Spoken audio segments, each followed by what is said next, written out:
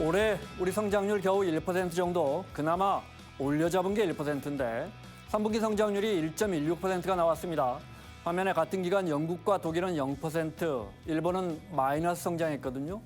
내년 우리 성장률도 1.8%까지, OECD는 한국이 2.2%까지 성장할 수 있다고 내다보고 있거든요.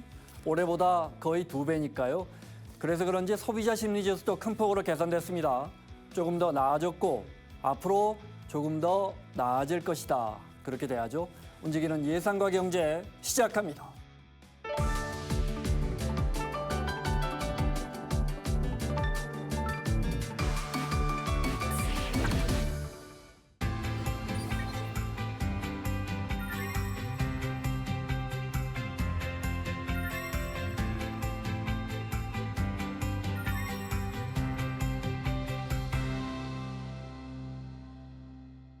경제가 어렵다는데 우리 국민의 해외 카드 사용액이 사상 최고치를 기록했습니다. 한 주간의 경제 뉴스 쉽게 풀어주시는 분이시죠? 머니투데이 방송의 어이지 아나운서 자리했습니다. 어서 오세요. 환율도 높잖아요. 그러니까 우리 돈의 가치가 낮은 거죠. 근데 왜 이렇게 해외에서 돈을 많이 쓴 거예요? 어느 정도예요? 굉장히 크게 늘었습니다. 한국은행 통계를 보니까요. 올해 3분기 7월에서 9월까지 우리 국민들이 해외에서 카드로 쓴 금액이 거의 60억 달러가 됩니다. 이게 전 분기, 2분기보다 7% 이상 늘어난 수치인데요. 네. 분기 기준으로 봤을 땐 역대 최고 기록입니다. 환율이 높잖아요. 그러니까 우리 돈의 가치가 낮잖아요. 그럼 이러면 원래는 좀 낮아져야 되는 거 아니에요? 그렇죠. 줄어들어야 되는 네, 거죠. 네. 말씀하신 대로 우리 국민들의 구매력이 좀 약화되는 게 맞으니까요. 원칙적으로 이렇게 되면 해외 소비는 좀 줄어들어야 되는 것인데 실제 데이터는 말씀대로 좀 반대로 나타났습니다. 일단 집계치를 보니까 신용카드 사용액은 40억 달러를 넘어갔고요. 체크카드도 18억 달러를 넘어섰습니다. 두 집계 모두 다 전 분기 대비 7%가량 늘어난 거예요. 이것을 봤을 때 전체적으로 카드의 사용액이 늘어났다. 그래서 국내든 해외든 일단 카드 자체를 사용하는 게 당연한 소비 패턴이 됐다. 이렇게 분석을 하고 있습니다. 이게 이제 우리 국민들이 해외여행을 많이 가서 카드를 쓴 것일 수도 있고 해외 직구, 온라인으로 해외 직구를 많이 해서 쓴 것일 수도 있잖아요. 맞습니다. 실제로도 아마 많이 하실 수도 있는데요. 요즘에 워낙 해외 직구를 많이 하다 보니 네. 저도 그렇지 않을까 싶었어요. 그런데 의외로 해외여행 수요가 굉장히 증가한 것으로 확인이 됐습니다. 먼저 말씀하신 온라인 해외 직구 금액을 보니 15억 3천만 달러였는데요. 이게 전 분기 대비 줄어드는 것으로 확인됐습니다. 한 가지 더 자료를 보면 좀 답이 나오는데요. 한국문화관광연구원 자료를 보면 출국자 수예요. 2분기에는 출국자 수가 670만 명 넘었고요. 네. 3분기 이번 집계를 보니 700만 명을 넘어섰더라고요. 그러다 보니 해외 카드 사용 증가의 결정적 요인은 여기 있었다. 이렇게 분석되고 있습니다. 경기 안 좋다, 또 환율 높다 했지만 해외여행 많이 가서 카드 많이 썼다 이 말이군요. 맞습니다. 지금 여행 자체도 가격보다는 수요 회복이 전체적으로 주도하고 있는 것으로 확인됐습니다. 코로나 이전 수준까지 수요는 다 돌아왔습니다. 특히 3분기는 여름방학 시즌이 있잖아요. 그렇기 때문에 더 많이 늘었을 거라는 분석도 나오는데요. 해외 카드 사용 장수를 보니 크게 증가했습니다. 2분기에 1,818만 장, 3분기에는 1,888만 장까지 늘어났습니다. 많은 사람들이 해외에서 더 많이 결제했다라고 볼 수 있습니다. 네. 그리고 제가 오프닝에서도 말씀드렸는데 우리 성장률 전망치도 점점 좋아지고 있는데 그래서인지 한국은행 통계에서 소비자 심리지수, 이거 아주 중요한 지표인데 이게 8년 만에 가장 높은 수준을 기록했다고요? 맞습니다. 이번에 11월 소비자 동향 조사를 보면 소비자 심리 지수가 112를 넘어갔습니다. 이게 지난달보다 2.6포인트나 올라간 건데요. 소비자 심리 지수가 통상 100 기준으로 해서 이를 넘어가면 2003년부터 2024년까지 평균 낸 그 장기 평균보다 경제 심리가 낙관적이다. 네. 이렇게 해석을 합니다. 그런데 이번에 112를 돌파했으니 꽤 높은 수준이라고 할 수 있습니다. 네. 항목별로 보면 어느 항목에서 우리 국민들이 경기가 좋아졌다 또는 좋아질 것이다 이렇게 생각하고 있습니까? 그 세부 항목 중요합니다. 전망도 있고 이제 판단도 있고 그런데요. 향후 경기 전망 지수가 전체적으로 봤을 때 가장 많이 오른 항목이었습니다. 경기 전망 지수. 맞습니다. 전월보다 8포인트나 올라갔거든요. 그리고 그 다음으로 현재 경기 판단, 취업 기회 전망이 높았습니다. 다만 주택과 물가 수준 전망에 대한 변동은 거의 없거나 떨어진 것으로 확인됐습니다. 네. 그 이유를 우리가 어디서 찾아야 할까요? 네, 한국은행 설명을 그대로 전해드리면 일단 두 가지가 주요했는데요. 한미 관세 협상 타결 됐지 네. 않습니까? 이 부분과 3분기 GDP 성장률이 예상보다 좋았다. 이게 심리를 많이 끌어올린 것으로 해석되고 있습니다. 3분기 성장률 1.1%, 네. 그리고 내년 성장률이 또 2.2%까지 나오고 있기 때문에 전체적으로 전망이 좋아졌는데요. 여기에 또 한 가지 주요했던 건 작년 계엄 사태 이후로 소비 심리가 정말 많이 떨어졌다가 이제 바닥을 치고 불확실성이 하나둘씩 해소되면서 일종의 기저 효과와 이렇게 반등 효과를 네. 누리고 있다라고 분석되고 있습니다.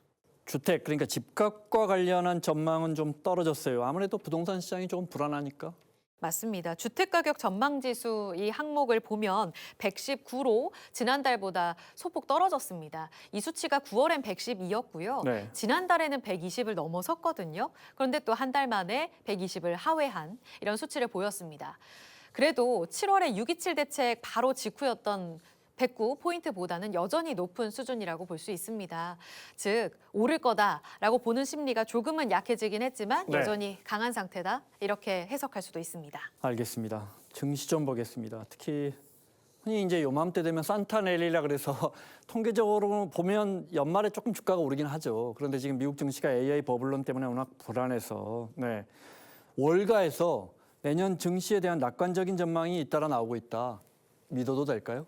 JP모건이 2026년 말 기준 S&P 500의 지수 목표치를 지금 7,500이 기본 시나리오라고 잡고 있습니다. 네. 그러니까 지금 현재 수준보다 10% 이상 더 오를 거라는 전망입니다. 그런데 여기에 만약 상황이 더 좋으면 8,000선 돌파도 가능하다라는 전망을 내놓으며 꽤 자신감 있는 전망을 보고 있습니다. 미국 증시를 대표하는 지수가 이제 S&P 500이잖아요. 스탠다드 앤 푸어스가 선정한 이제 500개 기업의 주가. 장밋빛 전망을 쏟아내는 이유 뭘까요? 지금으로서 핵심은 두 가지입니다. 먼저 첫 번째로 금리 인하 기대감, 그리고 두 번째로는 AI 산업 지속 성장입니다. 일단 금리 부분부터 말씀을 드리면요. JP 모건은 지금 내년 초에 연준이 금리를 2차례 인하하고 그다음에 유지할 거다. 이렇게 기본 시나리오를 깔아놓고 있습니다. 여기에 물가가 예상대로 더 안정화된다면 금융 완화책, 그 정책 여지가 생기기 때문에 AI 중심의 증시 랠리가 또 한 번 크게 확장될 수 있다. 이렇게 보고 있습니다. 무슨 말씀인지 알겠는데 지금 그렇지 않아도 미국 증시가 AI 때문에 빅테크 업체들의 주가가 정말 매일같이 출렁이거든요. 이 부분은 어떻게 보시나요? 사실 AI가 올해 전체적인 증시 상승의 핵심이었긴 했었어요. 하지만 혼란의 기간도 분명히 있었습니다. 하지만 월가의 분석만 놓고 보면 이 흐름 자체가 아직은 꺼질 기미가 보이지 않는다라고 해석할 수 있습니다. 얼마 전 알리바바 CEO가 최근 실적 발표에서 향후 3년 동안 AI 거품이 꺼질 가능성이 매우 낮다 이렇게 언급을 하고 있고요. AI 서버 수요가 너무 강하게 올라가서 공급이 이를 못 따라간다 네. 이렇게 말하고 있습니다. 그러니까 이런 믿음이 있는 것 같아요. 정치권도 그렇고 미국에서 설령 거품으로 가더라도 침체로 가게 하지는 않겠다.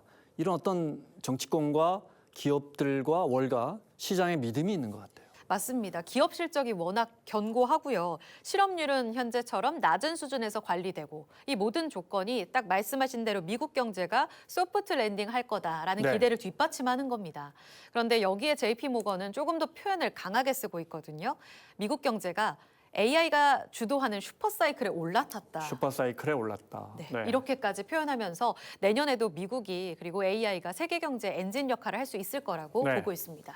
연준이 미국 중앙은행이 기준금리를 2번 내렸고 이제 곧 마지막 FOMC가 열리잖아요. 사실은 좀 불안하긴 해요. 그렇죠? 네, 이게 정말 분명하게 내릴 수 있을지. 맞습니다. 이 부분을 좀 지켜볼 필요가 있어요. 말씀하신 대로 12월의 금리 인하 가능성도 지난달까지 굉장히 여러 번 바뀌었던 게 네, 사실입니다. 지금 12월 금리 인하 가능성은 현재로서는 인하할 것이라고 시장은 이미 상당 부분 반영을 하고 있는데 중요한 건 여기서 나올 파월 의장의 톤입니다. 곧 이제 연준의 통화정책 회의에서 정책 금리 결정을 하게 될 텐데 금리 인하 기대감이 커지고 있는 이 상황에서 파월 의장이 금리는 이번에 내리지만 추가 인하가 신중하다 이런 메시지를 내놓게 되면 지금 IB에서 잡고 있는 낙관론, 시장이 기대하는 부분, 이런 전체적인 낙관론 자체가 좀 꺾일 수가 있는 겁니다. 그리고 여기에 하나 더 지켜볼 변수가 있는데요. 차기 연준 의장 조기 지명설도 시장의 아주 큰 관심사입니다. 트럼프 대통령의 경제참모 이 캐비넷셋 백악관 위원장이 유력하다 이렇게 네. 관측이 나오고 있는데 만약 현실화될 경우에는 내년에 추가 금리 인하 가능성은 더 높아질 수도 있습니다. 네, 얼마나 많은 우리 수백만 서학개미들이 파월 연준 의장 입만 바라보고 있는지 모르겠습니다. 지금까지 주간 경제 브리핑 어이제 아나운서와 함께했습니다. 고맙습니다.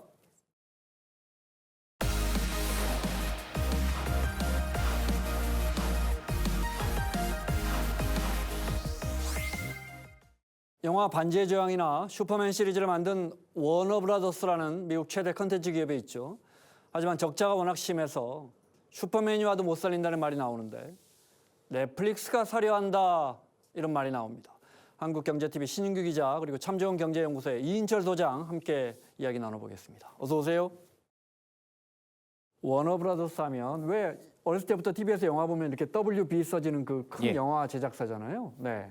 그 회사가 이제는 조금 이름이 길어져서 그동안에 또 인수합병이 있었기 때문에 워너 브라더스 디스커버리, 그래서 미국에서는 WBD라고 합니다. 네. 말씀하신 대로 여러 가지 IP 컨텐츠들이 많죠. 슈퍼맨 있고 해리포터, 반지의 제왕, 그리고 또 드라마 좋아하시는 분들은 왕자의 게임이라고 왕자의 게임. 네. 명작들 많이 제작한 회사고, 또 HBO Max라는 OTT 플랫폼도 갖고 있습니다. 여기 구독자만 1억 명 지금 넘는다고 하니까 상당히 큰 회사고, 앞서서 말씀하셨던 것 중에 생각해 볼 게 언론사도 갖고 있어요. 이 회사가 네. CNN 갖고 있거든요. 그렇죠. 네, 예. 네. 여러 가지 많은 케이블 회사들 다 갖고 있는 큰 기업인데 문제가 지금 돈이 좀 없습니다. 돈을 잘 못 법니다. 정확하게는 돈을 벌지만 번 것만큼 쓰는 게 더 많아서 빚만 지금 네. 몇백억 달러가 넘어가는, 우리 돈으로 몇십조가 넘어가는 회사인데 최근에 회사채 신용 등급이 투자 부적격 수준으로까지 떨어졌거든요. 그러다 보니까 시장에 매물로 나왔고, 일단 사업 부문을 둘로 쪼개서 팔 것이라고 발표를 했는데,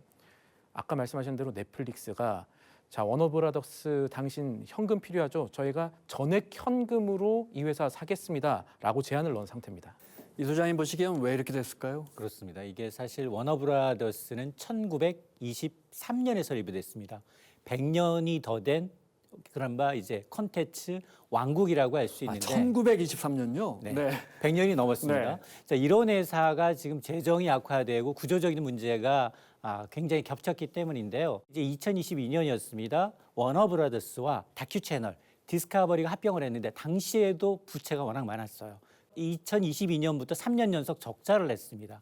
그러다 보니 올해 6월 기준 워너브라더스 디스커버리의 적자 규모는 380억 달러입니다. 네. 우리 돈으로 50조 원입니다. 그리고 또 올해 7월에 개봉했었죠.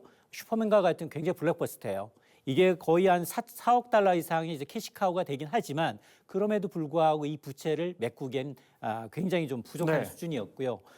내부적으로 제작을 축소한다든가 컨텐츠를 삭제하면서 비용 절감을 했음에도 불구하고 악재는 겹쳐서 온다고, 사실은 OTT 채널명을 좀 리브랜딩하느라고 이제 애쓰다가 이것도 헛발질하면서 무의로 끝났거든요. 네. 자, 그러다 보니 결국 이 사회는 부분 매각이든 전체 매각이든 어쨌든 모든 가능성을 열어놓겠다라고 하니까 전반적으로 이제 이 글로벌 이제 이 컨텐츠 기업들이 인수전이 시작이 된 겁니다. 네.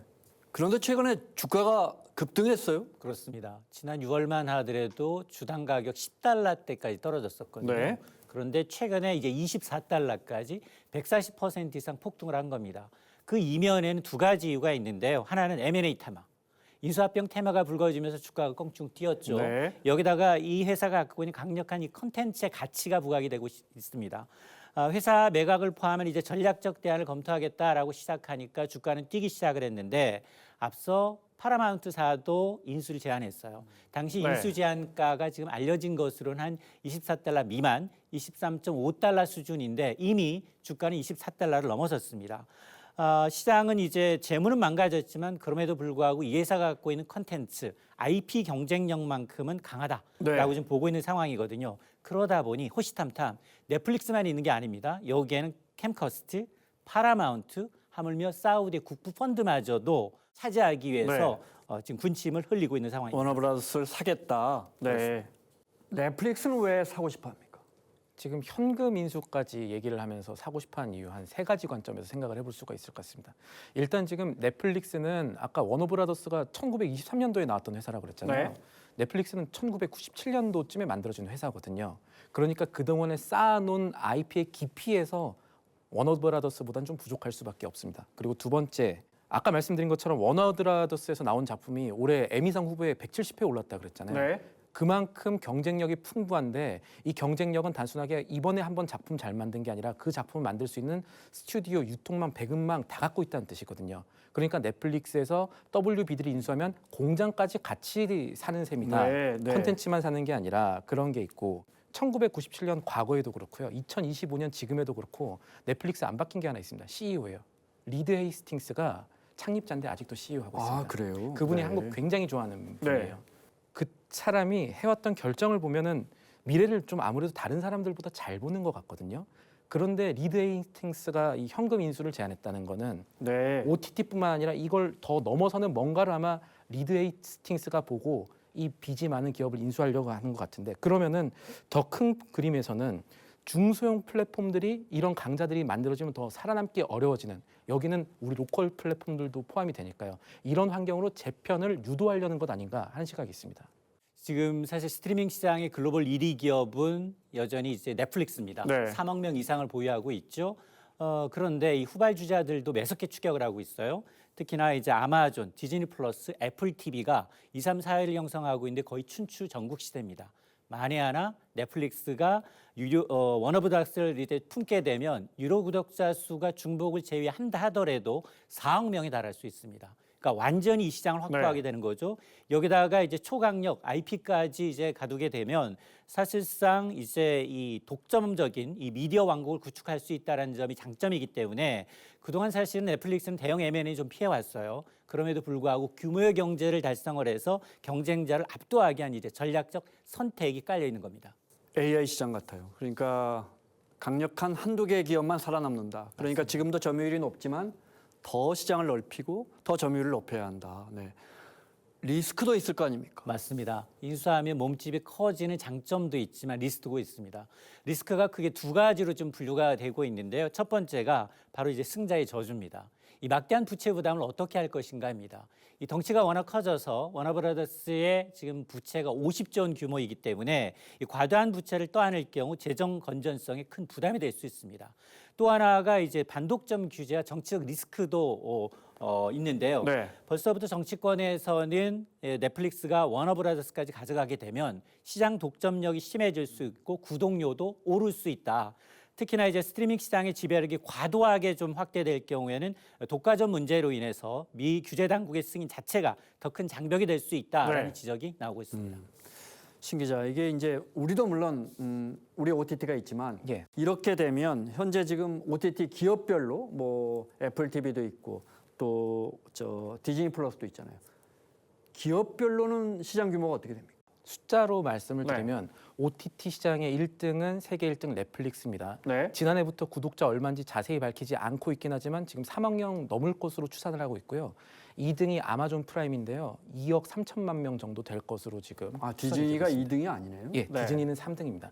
디즈니 3등인데 1억 6천만 명 정도 될 걸로 보고 있고 4등이 지금 매물로 나온 이 WBD 산하의 HBO Max라는 플랫폼입니다. 네. 그래서 아까 이 소장께서 말씀하신 대로 물론 넷플릭스도 가입을 해놓고 WBD에 HBO Max도 가입하는 중복 구독자가 있겠지만 이 두 회사가 합쳐지면은 유료 가입자 한 4억 명 넘지 않겠느냐라는 네. 추산이 그래서 나옵니다. 미국 정부는 어떻게 합니까? 우리도 어떤 기업이 인수 M&A 해가지고 시장의 독점적 사업자 되면은 공정위 이런 데서 인수합병 이렇게 승인하지 않습니까? 예. 뭐 조건부로 승인하기도 하고. 네. 미국은 어떻게 합니까? 안티트러스트라고 합니다. 미국에서 이제 반독점에 네. 대한 심사가 굉장히 가는데 최근에 넷플릭스와 같은 시장 1위 사업자가 4위 사업자를 만약에 인수를 하게 되면 이거는 과점, 독점 그렇게 돼서 나중에 시청자들한테 불이익이 줄 수 있는 가능성이 없겠느냐를 면밀히 들여다보려고 한다는 외신 기사들이 계속 나오고 있고 그렇게 되면 어떤 일들이 일어날 수 있느냐. 지금 WBD가 팔려고 하는 회사들에 대해서 조건부 승인만 날 가능성도 있습니다. 그러니까 네. 전체 사는 것들은 아마 허용해주지 않고 일부 사업 부분만 만약에 넷플릭스가 산다면 그렇게 살 수 있겠느냐 하는 점. 그리고 또 하나는 이 반독점에 걸리게 되면은 굉장히 심사 자체가 길어질 수 있습니다. 그래서 우리가 알고 있는 시장 재편이 한국으로서는 조금 더 시간을 벌 수도 있겠지만 네. 조금 더 길어질 수 있다는 점도 참고할 부분입니다. 이 소장님, 워너브라더스는 영화사잖아요. 우리가 그러니까 기본적으로는 우리가 저 영화관 가서 보는 만약에 넷플릭스가 워너브라더스 디스커버리를 인수한다면 이제는 그동안에 이제 영화를 넷플릭스 때문에 집에서만 본다, 영화관이 사양길 접어든다 했는데 영화관까지 넷플릭스가 차지하게 되는 건 아닐까요? 맞습니다. 사실은 다윗과 골리앗 싸움인데 오히려 지금 역전 현상이 발생하고 있다는 얘기인데요. 판이 완전히 달라집니다. 지금까지 극장에 가서 보는 영화는 정해져 있었습니다. 디즈니, 유니버셜, 소니나 파라마운트와 같은 이런 빅 전통적인 영화 산업들이 박스오피스를 주도해 왔다면 네. 넷플릭스는 그동안 사실은 뭐 오스카라든가 굉장히 이벤트성으로 극장을 활용하긴 했습니다. 그럼에도 불구하고 지금 넷플릭스가 현금을 들여서 워너를 인수할 경우에는 완전히 네. 넷플릭스 천하가 됩니다. 왜냐하면 이제 슈퍼맨, 배트맨과 같은 DC 시리즈뿐만이 아니라 해리포터 같은 신작, 대형 블록버스트가 모든 라인업이 구축이 됩니다. 이렇게 되면 어떤 게 이 형성이 되느냐? 넷플릭스 입장에서는 수익을 극대화하기 위해서 첫 번째, 아예 극장의 개봉 기간을 단축시키면서 네. 아니면 넷플릭스로 와라. 라는 선택지, 또 하나 아예 극장에서 열 일이 없다. 우리 플랫폼 안으로 와서 상영하라. 네. 라고 한다면 이제 절대적인 갑이 되기 때문에 이런 이 극장 체인들이 넷플릭스에 대한 의존도가 더 높아지고요. 중소 배급사나 독립 영화들은 상영관 확보가 더 어려워질 수 있는 이 독점적 문제 때문에 아마 미국의 이제 승인 당국이 굉장히 고심할 겁니다. 네. 글로벌 시장도 이렇게 정말 쩐의 전쟁터인데 우리 토종 OTT들은 어떻습니까? 지금 우리나라도 토종 OTT인 웨이브와 티빙이 합병에 대해서는 하고 있죠. 예, 네. 조건부 승인을 받았습니다. 공정위로부터. 그런데 이제 두 회사 지분율 조정이라든가 여러 가지 문제가 있어서 완전 합병이 마무리된 건 아니고 대신에 두 회사 결합 요금제는 나와 있습니다. 그러니까 돈 2만 원 예를 들어서 2만 원 내면은 티빙도 보고 웨이브도 볼 수 있게 하는 그런 요금제 같은 네. 전초전은 이제 마련이 되어 있는데 이런 합종 연행이 단순하게 OTT뿐만 아니라 극장가에서도 일어나고 있거든요. 지금 롯데시네마와 메가박스가 이 합병을 지금 하게 됐고 그렇게 네. 되면은 극장 수로만 보면은 1위 사업자 CGV를 지금 넘어가는 상황이 되기 때문에 여러 가지 변화가 우리 플랫폼에도 일어나고 있다고 볼 수가 네. 있겠습니다. 그래도 2만 원이면 안 볼 것 같아요. 네. 아마 물론 더 낮추겠죠. 합병을 하더라도. 네. 이 소장님 효과 어떻게 보십니까? 맞습니다. 지금 뭐 효과 여부를 판단하기 위해서는 구독자 수 덩치를 보는 게 아니라 과연 이 플랫폼에 들어와서 머무는 시간, 사용 시간을 봐야 하는데요. 결국 사람들이 플랫폼에서 얼마나 오랫동안 머무느냐가 이제 컨텐츠의 경쟁력입니다. 이 경쟁면에서 모든 지표들이 넷플릭스가 압도적으로 1등입니다. 네. 사용자도 많고 사용 점유율 시간에서 국내 OTT를 지금 압도하고 있는 상황인데요. 이 얘기는 뭐냐? 그래. 넷플릭스를 틀면 볼만한 컨텐츠가 많다라는 의미입니다. 네. 국내에서 OTT 연합을 꾸린다 하더라도 정말 킬러 컨텐츠가 없다면 아마 이제 사용 시간을 끌어올리기는 상당히 어렵기 때문에 컨텐츠 경쟁력이 없다. 단순히 이제 플랫폼을 대형화한다고 해서 넷플릭스의 독주를 막을 수 있느냐? 상당히 의문입니다. 또 하나 봐야 될 게 사실은 이 토종 OTT가 살아남을 수 있냐 하는 문제는 그 전에 던져져야 될 질문이 하나 더 있을 수도 있다는 생각을 하게 되는데 뭐냐면은 한국산 플랫폼이 있어야만 한국산 콘텐츠가 성공할 수 있느냐. 왜냐하면 지금 캐대헌이라던가 오징어 게임 같은 경우는 국내 플랫폼에서 먼저 증명하고 나간 케이스가 아니라 처음부터 넷플릭스라는 네. 해외 플랫폼 가서 성공한 케이스거든요. 이런 것만 봤을 때 꼭 국내 OTT 플랫폼이 이제는 필요한 시대인가라는 질문을 역으로 던지는 사람들도 있습니다. 이 부분에 대해서 사실 냉정하게 접근하고 또 OTT 플랫폼이 각자에 맞는 답을 내놓지 않으면 사실은 우리 거니까 단순히 막아야 됩니다라는 논리가 굉장히 미약할 수도 있다는 우리 생각도 할수 컨텐츠지만 있습니다. 뭐 미국 플랫폼으로 보는 게 어떠냐. 시대가 바뀐 네. 건데 어떡하느냐라는 소비자 입장에서는 질문에. 사실 크게 불편한 게 없단 말이에요. 예. 그래도 우리가 컨텐츠 강국이고 전 세계가 지금 K 컨텐츠를 정말 뭐 선풍적으로 소비하고 있는데 그 컨텐츠를 보는 플랫폼은 우리께 약해서 우리 안방까지 그야말로 안방까지 해외 플랫폼에 내준다는 건 아쉬운 일이긴 합니다. 지금 상황에서는 이제 우리 제작자들이 소위 대박이 났을 때 실제 돌아오는 개런티 구조가 넷플릭스와 같은 기존 구조랑 다른 구조를 토종 OTT 프로그램이 플랫폼이 만들어줘서 인센티브를 준다든가 하는 식으로 웰메이드 드라마를 계속 만들면서 버텨줘야 되고 또 아까 이인철 소장께서 지적하셨던 것처럼 우리만 할 수 있는 로컬 스포츠라든가 로컬 예능들은 해외 수요보다는 국내 수요가 많을 거잖아요. 네. 그런 쪽에 조금 더 집중해서 우리가 우리만의 공간 하나를 만들어 놓은 전략 역시도 필요할 수 있는 상황이겠죠. 그렇습니다. 지금 뭐 누가 워너브라더스를 인수하든 간에 이 시장은 결국 합종 연행이 계속 될 수밖에 없고요. 규모의 경제를 넘어서 이 시장을 누가 독점적으로 가져가느냐. 특히나 영화뿐만 아니라 극장, 뭐 스포츠, 게임, 다큐 다 연결이 되고 있거든요. 이런 글로벌 초대형 미래형 전쟁이 가속화될 수밖에 없는데 우리의 강점은 사실 컨텐츠입니다. 컨텐츠 강국인 한국 역시 거대한 이 플랫폼 전쟁에서 지금 플랫폼에 굉장히 의존하고 있는 상황이거든요. 글로벌 플랫폼에 의존하는 이 현실을 뛰어넘어서 우리만의 확고한 생존 전략이 없다면 아마 이제 독자적인 경쟁력을 갖추지 못한다면 계속해서 우리는 아마 이제 도태되면서 결국 네. 종속될 수밖에 없는 상황입니다. 뭐 뉴스와 방송, 뭐 영화, 스포츠 얼마나 많은 콘텐츠가 수많은 콘텐츠가 있고 또 각 나라마다 이걸 보는 정말 수많은 플랫폼이 있었는데 정작 지금은 이제 전 세계 사람들 10명 중 4명은 넷플릭스하고 유튜브를 보고 있다. 네. 자, 오늘 두 분 설명 잘 들었습니다.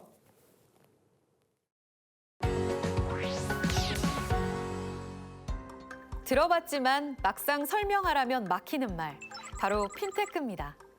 핀테크는 금융 파이낸스와 기술 테크놀로지의 합성어로 모바일, 빅데이터, AI 같은 기술을 금융에 접목해 기존 금융을 더 편리하고 똑똑하게 바꾸는 것을 말합니다. 예를 들어 요즘 누구나 쓰는 간편 결제, 간편 송금 서비스, 지점 없이 앱으로만 운영되는 인터넷 은행, 흩어진 내 금융 정보를 한 번에 보여주는 데이터 서비스 등이 모두 핀테크인데요. 요즘은 한 발 더 나아가 테크핀이라는 말도 씁니다. 은행이 기술을 도입하는 게 핀테크라면 IT 기업이 플랫폼과 데이터, 이용자들을 앞세워 금융에 들어오는 것이 테크핀입니다. 핀테크나 테크핀이나 방향은 하나입니다. 더 개인화되고 더 자동화된 금융 시대를 만들겠다는 거죠. 복잡한 금융을 앱 하나로 그리고 몇 번의 터치로 끝내는 시대가 이미 우리 손 안에 들어와 있습니다.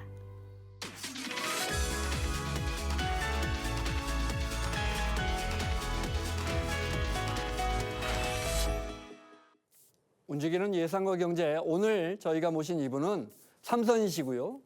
제주 서귀포가 지역구시고 국회가 폭염, 폭우, 산불 그리고 탄소 규제까지 이 거대한 변화를 국회 차원에서 종합적으로 대응하기 위해서 기후위기 특별위원회를 만들었는데요. 오늘 이 특별위원회 이끌고 있는 위성건 위원장님 모셨습니다. 어서 오십시오. 네, 안녕하세요. 반갑습니다. 네, 기후위기 특별위원회. 올해 이 위원회 이끌어 오셨는데 어떠셨어요? 예, 중간에 제가 그 한정혜 우리 정책위 의장이 위원장을 하시다가 네, 제가 이어받아서 지난 8월부터 위원장을 하고 있고요. 올 한 해도 이제 기상이변이 많았죠. 사실은 네, 경북 산불로 인해서 이재민이 3,500명이나 발생했고, 그리고 경남 산청에서 산사태가 발생을 했는데요.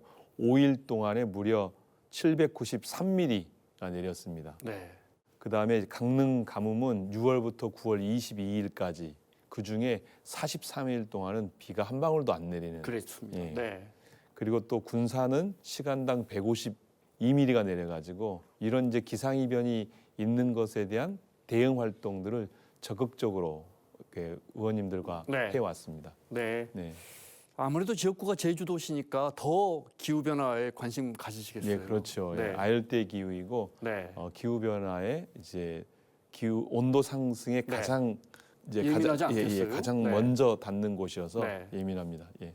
정책적인 것도 좀 여쭤보겠습니다. 2035년 국가 온실가스 감축 목표 이걸 NDC라고 부르더군요. 네, 네. 이거 이제 결정이 됐습니다. 어떻게 평가하십니까? NDC 목표가 2035년에 이제 53에서 네. 61%로 이게 레인지로 네. 결정이 돼 있는데요. 요새 이제 많은 국가들이 레인지로 발표하고 있는 것이고요. 그렇지만 이제 그 저희 범위 안에서 감축하겠다. 감축하겠다. 최소는 53%, 최대는 61% 이렇게 했는데 저희 이제 기후특위 위원들과 저희 당의 이제 기후 문제를 고민하는 여러 의원님들은 한 61% 이상을 최소로 해야 된다 이렇게 주장을 해왔는데요. 이제 그런 관점에서 보면 그것에 대해서 그 결정에 대해서 네. 약간 부족하다고 생각을 하고 있습니다. 더 높였어야 한다. 네, 그렇지만 이제 현실적인 게 문제가 있었겠죠. 정부와 또 산업 부분의 역할 그리고 또 재정 투자의 규모의 문제 이런 부분에 있어서 53%로 한 것에 대해서 네. 현실적으로 반영됐다라고 판단하고요. 그렇지만 앞으로 이제 정부와 산업계가 온실가스 감축에 있어서 53%가 아니라 61%가 달성되도록 네. 저희 의원들은 노력하겠다 이런 생각을 갖고 있습니다. 네. 2035년까지 감축하는데 2018년도에 우리가 배출하던 온실가스의 53%에서 61%까지 예. 감축하겠다. 예, 예. 정부가 이렇게 목표를 잡은 것이죠. 네, 그렇죠. 2018년부터 2050년까지 제로로 만들었을 때 그 선형에 있는 지점이 53%입니다. 아, 네. 예.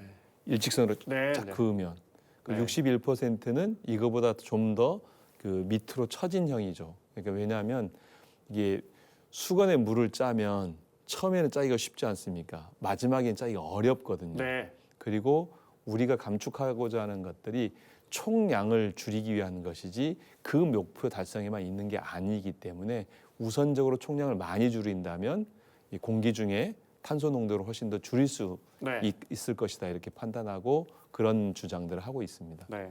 유럽이나 선진국들은 뭐이 속도를 붙이고 있어서 우리도 네. 해야 하는데 기업들은 좀 부담스러워하거든요. 네, 많이 이 부분은 어떻게 음. 보십니까? 결국은 이제 기업들이 이제 탄소 감축에 나설 수 있게끔 제도적으로 또 재정적으로 지원이 반드시 필요하다고 봅니다.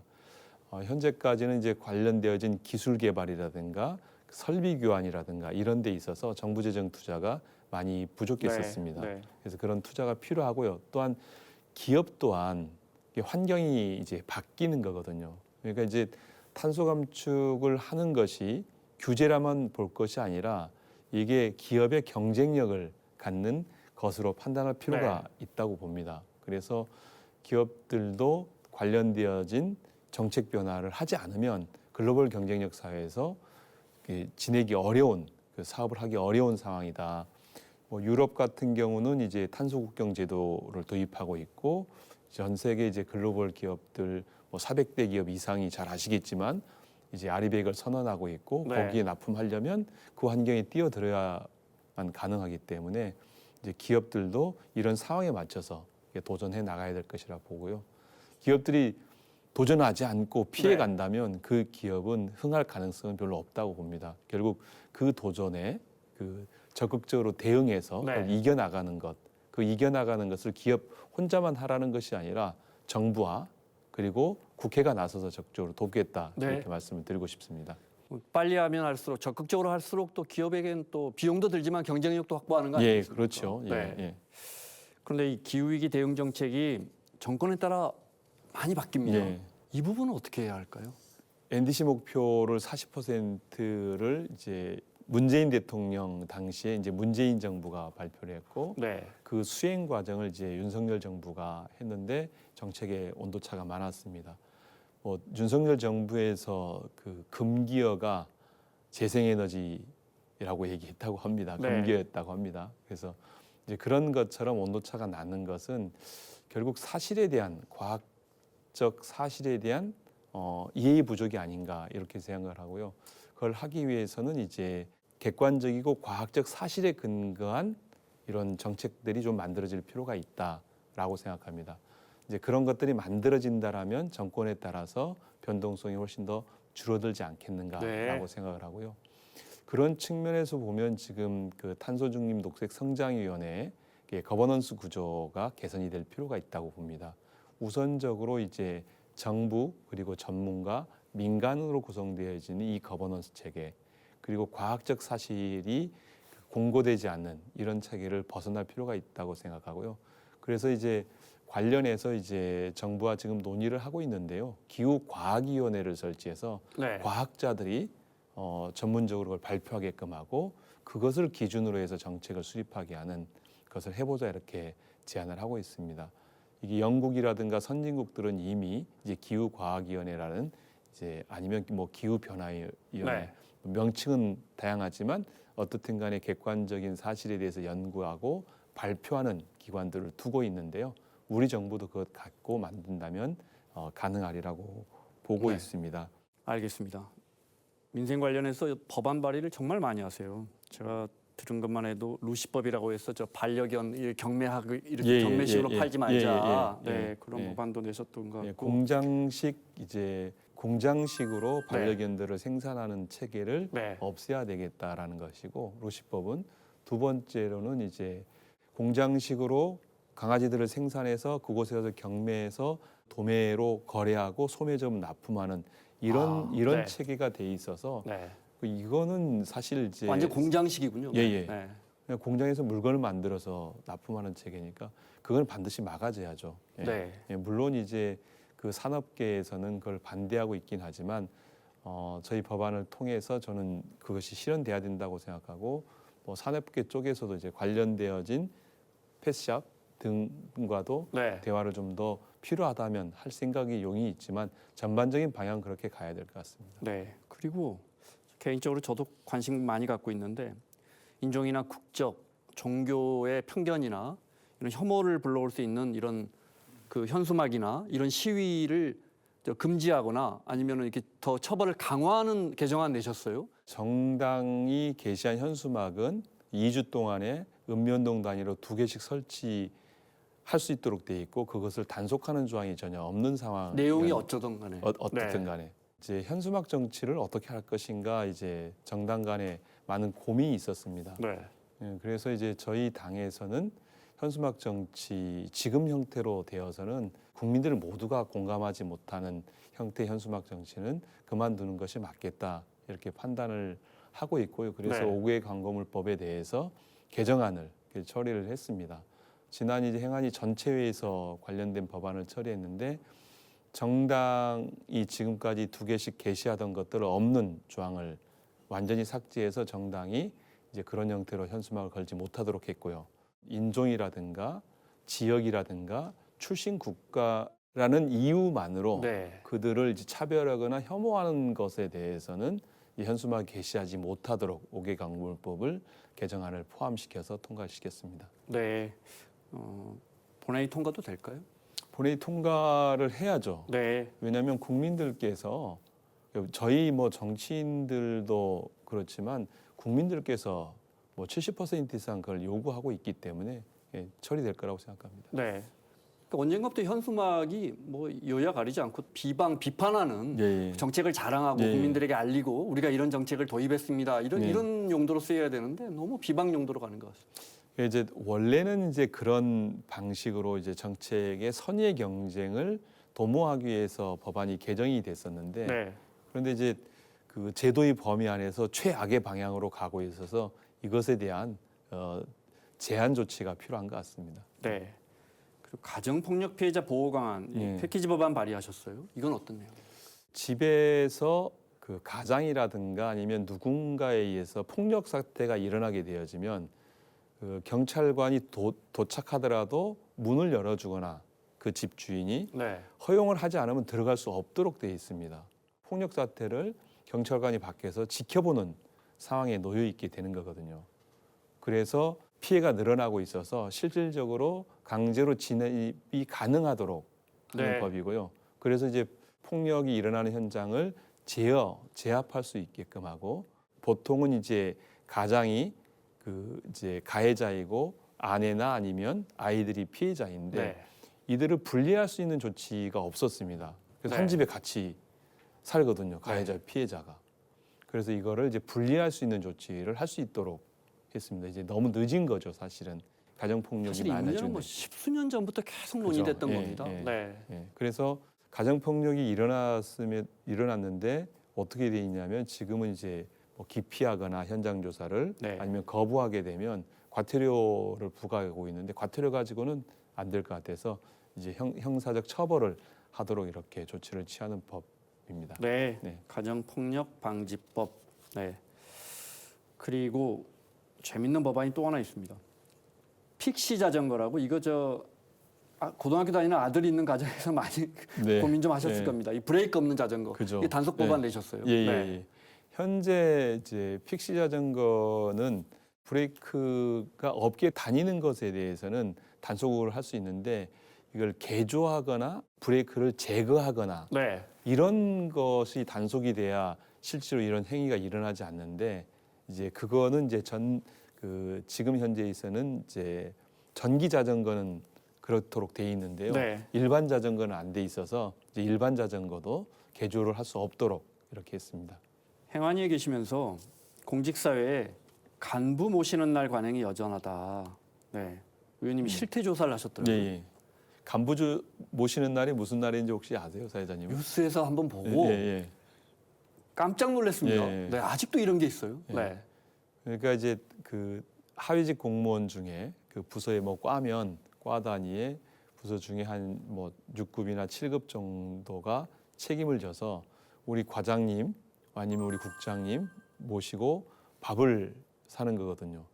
과장님, 국장님이 약속이 있어서 나가시면 안 사지만 안 나가시면 이제 모시고 가서 사는데 이 돈을 이제 하위직 공무원들이 그러니까 8급, 9급, 6급 되는 친구들이 돈을 모아가지고 그 식사를 대접했다는 겁니다. 네. 그게 이제 간부 모시는 날인데 조사를 했더니 작년에 그 경험이 있느냐 물었더니 57.3%가 경험이 있다는 거예요. 그러니까 이렇게 절반 이상이 네. 아직도 그러고 있다. 그래서 기업에 다니는 친구들한테 물어봤더니 전혀 기업은 그런 게 없다는 거예요. 그리고 이제 올해 조사했더니 줄었습니다. 왜냐하면 작년에 저희 국감에서 지시하고 네. 지적하고 나니까 15.4%로 줄었는데 여전히 15.4%나 유지되고 있다는 게 문제인 거죠. 왜냐하면 6급, 7급, 8급 공무원이 정말 박봉이거든요. 네. 그리고 지금 8급, 9급 친구들은 실제 이직률이 매우 높아지고 있고요. 그리고 공무원 응시율도 매우 떨어지고 있습니다. 네. 이제 이런 측면에서 봤을 때 그 사기 진작이나 이런 거를 위해서는 이런 일들이 없어야 되는 거죠. 네. 그래서 이제 저희가 지적을 했더니 인사혁신처에서 신고센터도 만들고 그리고 적발시 파면 해임까지 할 수 있는 조치를 하겠다 이렇게 발표를 했습니다. 그래서 앞으로 내년 되면 전부 없어지지 않을까 이렇게 생각합니다. 그리고 의원님 최근에 정부가 모든 공무원들 대상으로 헌법 가치를 교육하도록 이거 의무화했는데 이 제도 개선이 의원님 국정감사에서 지적하신 걸로 알고 있거든요. 그 네. 이유를 좀 여쭤봐도 될까요? 지난해 12월 3일 이제 불법 계엄을 1년이 됐죠. 경험하고 나서 공직자들에게 이제 국감과 그리고 현안 질의로 여러 가지를 물었는데 헌법에 대해서 별로 모르시더라고요. 그리고 또한 그 헌법을 스스로 어겼어요. 헌법을 잘 모르고 이런 이제 공직자들이 가담하고 네. 여기 있구나. 이제 그러지 않으려면 어떻게 해야 될 건가? 결국 민주공화제를 파괴하고자 하는 행위들이었는데 그 행위를 왜 인식하지 못했을까? 네. 이런 고민에서 그러면 이제 공무원들이 헌법 교육을 어떻게 받고 있는지를 점검을 했죠. 그랬더니 이제 신규나 아니면 5급 승진할 때만 이제 실질적으로 헌법 교육을 받고 나머지는 받고 있지 않았습니다. 네. 그리고 그러니까 이제 부분만 받고 전체는 안 받게 된 거죠. 그래서 전체적인 공무원들에게 헌법 교육이 필요하겠다 이렇게 판단을 했습니다. 인사혁신처에서는 관련되어진 네. 개정 규정을 만들어서 저희들에게 보고를 했는데요. 그동안은 보통 이제 2시간 정도 교육하던 것을 최소 10시간으로 확대하고 헌법 가치에 대해서 전반적인 교육으로 강화하겠다 이런 방침을 받았습니다. 그리고 이제 법령 개정을 통해서 이거를 의무화를 구체적으로 하려고 합니다. 네. 예산안이 여야 합의로 이제 통과가 됐는데, 네. 그 지역 화폐, 그러니까 지역사랑 상품권 관련해서 이 예산 어떻게 됐습니까? 여당이 1조 1,000억 원인가 잡아놓고 있었고 야당 깎겠다고 했는데 이거 여쭤봐도 될까요? 네. 1조 1,500억 원은 이제 여야가 이제 합의로 통과를 시켰고요. 네. 그래서 지역사랑 상품권은 유지되는 걸로 이렇게 결정이 났습니다. 그 예산은 그러니까 저희가 이렇게 지역에서 뭐 제주도 서귀포다 그러면 지역 사랑 상품권으로 설렁탕 사 먹고 한 5% 7% 할인되는 거 그 차액을 보존해 주는 거죠 정부 예산으로. 그렇죠. 네.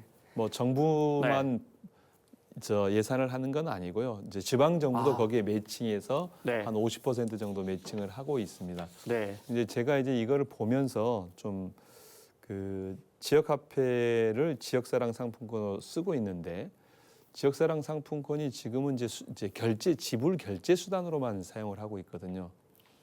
그래서 지역 경제에 좀 더 그 도움이 되려면 순환형 지역 화폐가 좀 필요하겠다라고 생각이 됩니다. 그게 뭡니까? 그 이제 블록체인 기반으로 네. 순환형이면 어떤 거냐면 내가 지금은 이제 그 A라는 물건을 사기 위해서 돈을 지불하고 나면 정리돼 버리는데 그 물건을 이제 그 결제하는 그 집도 그 돈을 가지고 네. 다른 집에 가서 아, 살 수 네. 있는 네. 그래서 그 돈이 계속 그 안에서 일정의 화폐처럼 네. 그 되어지면서 그 지역 외로 이 돈이 안 나가는 그러면 어떻게 가능하냐면 우리가 이제 착한 일을 하면 이제 포인트로 만약에 지역 화폐로 뭐 5천 원짜리를 줬다 착한 일을 하면 내가 네. 그 사람에게 주면 그 착한 일을 한 거를 가지고 미장원에 가서 내가 이제 서비스를 받을 수 있게끔 하는 그런 제도죠. 그래서 한 번 소비한 게 계속 지역 내에서 유통될 수 있도록 하겠다. 네네. 네. 이게 이제 부여군에 갔더니 굿드레페이라고 해서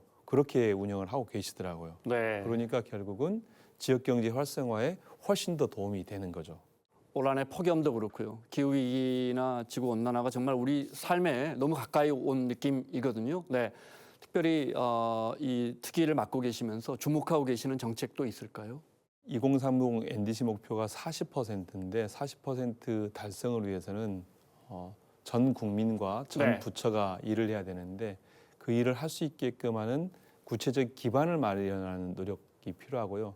그리고 헌법재판소에서 장기 감축 로드맵에 대해서 관련된 이제 장기 감축 로드맵을 작성하도록 네. 권고를 했기 때문에 탄소중립 기본법을 개정을 통해서 이제 장기 감축 로드맵을 해나갈 것이고요. 네. 지금 이제 기후특위에서 그 관련되어진 공론 조사를 진행할 예정입니다. 그래서 의결을 해서 내년 초까지 그 공론 조사를 통해서 구체적인 안을 도출하겠다는 말씀을 드리겠고 마지막으로는 이제 탄소중립법에 앞서 얘기한 기후과학위원회 등 네. 거버넌스 체계를 정비하는 법안이 필요한데요. 그런 법안들을 처리를 통해서 그 NDC 목표 달성에 최선을 다하도록 하겠습니다. 알겠습니다. 그러니까 35년까지는 우리가 53%에서 상한 61%까지, 네. 30년까지는 40%를 네, 감축하는 네. 게 목표군요. 목표인데 네. 이제 헌법재판소에서는 35년부터 50년까지의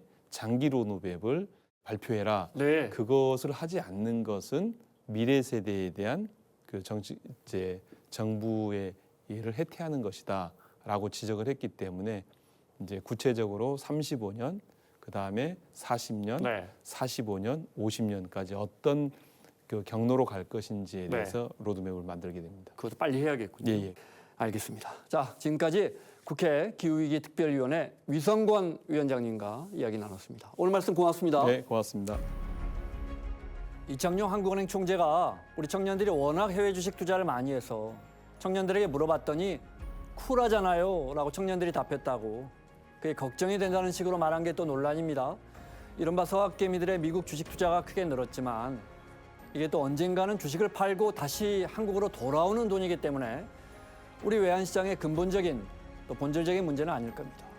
그것보다는 1,400원대 후반의 고환율이 가져다주는 물가 불안, 그 민생은 결코 쿨하지 않다는 거, 이게 더 중요해 보입니다. 움직이는 예상과 경제, 저희는 다음 시간에 돌아오겠습니다.